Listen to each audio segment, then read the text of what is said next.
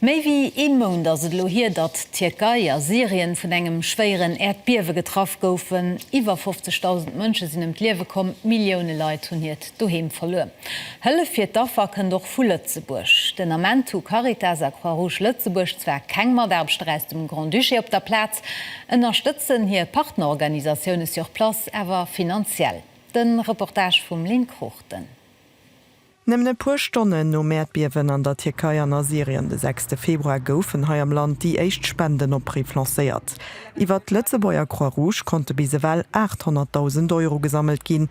An ze Summen abecht mam Deitsche Rode Kreiz Gibis haut vu Lëtzeburg finanzéiert Hëllefskider an Katastrophegebieter transportéiert. Sur Plas këmmere se stand Maderbestoff vum Roden Halfmond verdeelen. Die Hëllefskider, die gebracht gin an der Türkei waren an enger echtter Zeit natürlich Decken, Zelter, Essen, Medikamente auch mit ganz viel Medikamente aus Syrien geschickt. Mittlerweile kommen wir an eine Situation, wo die Logistik besser funktioniert, besonders an der Türkei.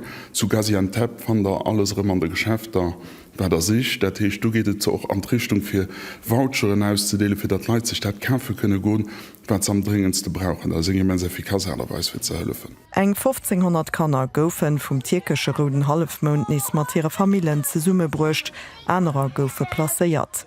Syrien ënnerstëtzt Lëtzebauer Rot Kreiz durch sein deitsche Partner Kannerspidol zu Aleppo. Weiterhin ginn op viele Plätze nach Wasser, Benzin oder Hygieensartikel gebraucht. Sie 50% vun de Leiit, die an der Türkei an denen Zelter liewen, die keine Aktie op eng duch, 25% hunn kein elektrisch. Also es gibt noch immer ganz viel an den Infrastrukturen zu machen. Wir sind nicht durch. Unterstützung ist also weiter neidisch. Aus dem Grund hat auch Caritas hier einen Appel aux dons relanciert.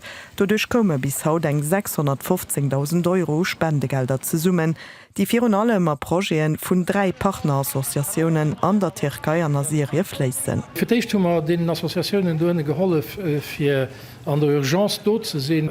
Syrien zum Beispiel haben wir da medizinisch Hilfe gelegt. Da sind 3000 Operationen gemacht mit dieser Hilfe, Konsultationen, medizinische Konsultationen stattfanden. Die haben wir equipiert mit Material, auch mit Bodybags und so Geschichten. Wir können an der Urgenz eben dort zu sehen. Anderen Assoziationen hat geholfen, provisorisch Lehrerinnen aufzunehmen, für die Hilfsgider zu stockieren. In einer zweiten Phase geben wir dann nicht Unterstützung bei der Verdelung von all den Hilfen an Abbauphase, das kann errichten. Ein Abbau, der ganz viel Zeit und noch Geld wird kosten, wenn ihr bedenkt, dass länger in der Türkei 200.000 Häuser zerstört wurden.